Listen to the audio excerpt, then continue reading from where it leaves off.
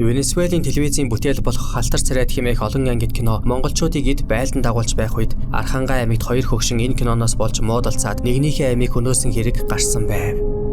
Тэр хоёр хоёулаа хөдөө уулын мухарт өвөлжиж байсан бөгөөд Халтар царайд киног үзэхийн тулд ээжлэн сумын төв рүүгээ явж үзсэн нь үзээгүйдээ өнгөрсөн анги дээр ямар үйл явдал өрнөсөн талаар ярьж өгдөг байсан ч нэг удаа өвгөн нь айл архитаж суугаад киногоо үзэж чадалгүй ирснээс болж хүн амны хэрэг гарсан байгаа юм.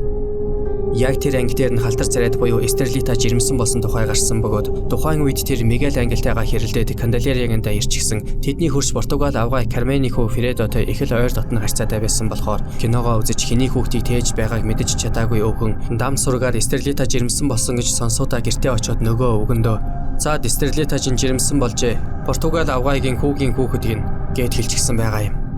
Харин нөгөөх нь тэр орой сумын төвд очиж киногоо үзэж ирээд "Чи Эстерлитагийн хүүхдийг Фредогийнх гээд байсан чинь худлаа байна. Мигель Англих гэж байна" гэж уурлаад өөдөөс нь нөгөөх нь хэрэлдээд улмаар нэгнийгээ хутгалаад алчихсан байв. Энэ бол инээдтэй гэхэд хэцүү, эмгэнэлтэй гэхэд бүр хэцүү хэрэг билээ. Тэгвэл яг үүнтэй адилхан гэмээр бас нэг хэрэг нийслэл хэдэн жилийн өмнө гарчээ.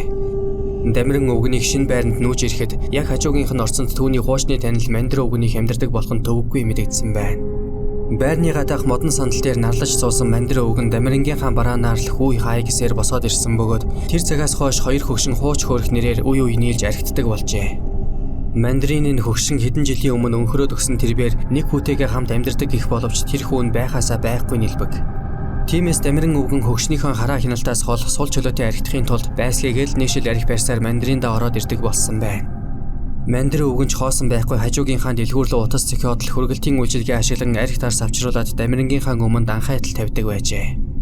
Ийхүү ууж суухдаа тэр хоёр их хвчлэн хуучны танил болоод улирч өнгөрсөн сайн сайхан цагаа дурсах боловч архиндаа нилээд халаад ирэхийн үест дэвэн дэлхийн юм хамт шимэн борж гардаг байж.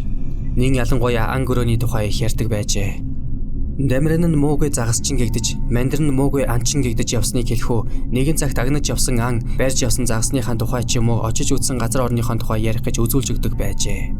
Ядаж байхад хоёулаа жаахан дэгстүү яриатайч хэлэхүү. Жишээ нь Дамиран өвгөн өндөлзөн "Би нэг удаа сэлэнг мөрнөөс мөнч том тул барьсан шүү. Уртаараа бараг ийм байсан. Сүүл нь ингэж шарваад л" хэмээн хэлж гараа алдлан дэгдэгнэж хуруугаараа нөгөөгийнхөө нүд рүү хийж шахахад Мандрын мөчөөгөө өгөхгүй. Загсыг ямар анги ихэвтэй, ямар дөрвөн хөл дээрээ босоод зүгтах биш. Үсрээд л ус өсчүүлж сэлэн биз. Харин зээр агнах чаатай шүү дээ. Би нэг намар менингийн талд анги хийж байлаа. Цахилж яваа зээрний хажуугаар мотоциклээ давхиж ороод л пампан хийлгэж байлаа шүү дээ. Ерөөсөө нэг ч сум алдалгүй 20 буудаад 20 зээр унгаж байлаа. Химэн яриад хиймэл шүдээ засахад өөрийгөө баалуулсан Дамиран.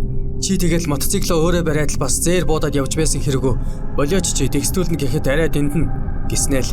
Нэг удаа би гişнэгийн голоос ийм урт зурхай барьж байсан юм. Ийм том шүднүүдтэй гэж ирээд Мандрынхаа нүдийг ухчих шахан гараа сарвалзуулах жишээтэй. Энэ мэдчил нь нэг нэгнээсээ давах гэж худал панг өрдөг хоёр сүулдэ муудалцаад салах нь илбэг бөгөөд ийм нэг удаагийн зөрчил нь хүн амны хэрэг болж шувтарсан байгаа юм. Тэр өдөр Дамиран өвгөн сурснараа Мандринда нэг шил архитай орж иржээ. Энэ үед Мандрын өвгөн хөөхөн халчихсан, бас их баярлчихсан сууж байсан байна. Тэрбээр найз өвгөнийхэн бараанаар "Гадаадаас охин маань плексэлт явуулжээ. Гоё шилдэ бас гоё амттай архи явуулсан байна.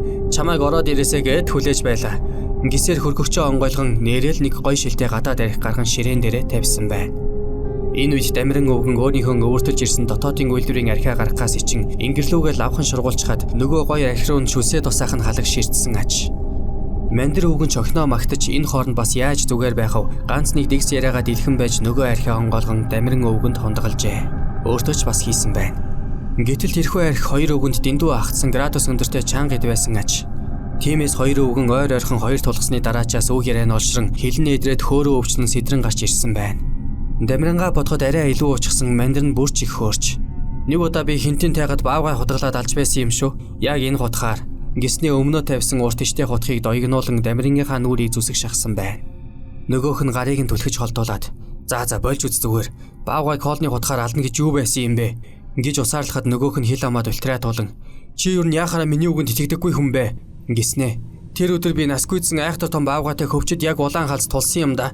Гайтай хөөтэй юм болж миний буу гацаад өвхлийн ирмэг дээр очиж байла. Харин тэр үед надад нэг сонин санаа төрсөн юм. Баавгай их сониуч амтан байгаа юм. Тэрийг ч чам зэргийн загас чинь мэдэхгүй л дээ. Гэхдээ одоо миний ярианаас мэдэж ав. Гэж хэлэн шүлсээ арчаад. Би баавганы өөдөөс харж байгаад л дээлийнхээ ингэрийг ярчхваа. Дэгсэн чинь нөгөө майг борч нь хоёр хөл дээрээ босч ирээд л намайг дуурайгаад сээжээ ярчдаг байгаа.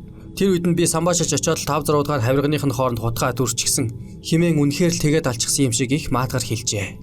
Түүнийг ингэж хэлээд хэрцгэр цээжээ хөдөлгөн ханхалцахад дамиран өвгөн их л яоцгүй ярвайж үгүй ердөө ихэн болох шив очиж энэ муу шөвгөр хутгаар баавгай алчхаж гин чи нэг муу гадаад архины бараанаар их томорч байх шив яаж аснаа дахиад нэг үзүүлдэ гэж даапалсан шинжтэй хэлсэн байна. Гэтэл дамиран өвгөн генетикийн хутгаа шүрч аваад яг ингэж алсан юм. Гингүүтээ өөдөөс нь харан сууж байсан найз өвгөнийхөө цээж рүү дүрчихсэн аж. Ингээд л нэг хүн амны хэрэг гарч 73 настай мандрын өвгөн Рикс яриатай өвгөнийг үзсний харгаагаар бурхандаа мөрөлсөн байгаа юм. Харин ийм айхтар хэрэг үүдүүлсэн дамиран өвгөн тэр даруй шоконд орж амьсгалан тасалдан золтой л араас нь явчихаагүй аж. Тэрбээр ирүүл болсон хойноо хийсэн хэрэгтэй ихэд гимшин шаналсан бөгөөд хэрэг нь шүүхэд очихоос арай өмнөхөн зүрхний шигдээсээр хорвоог орхисон байв.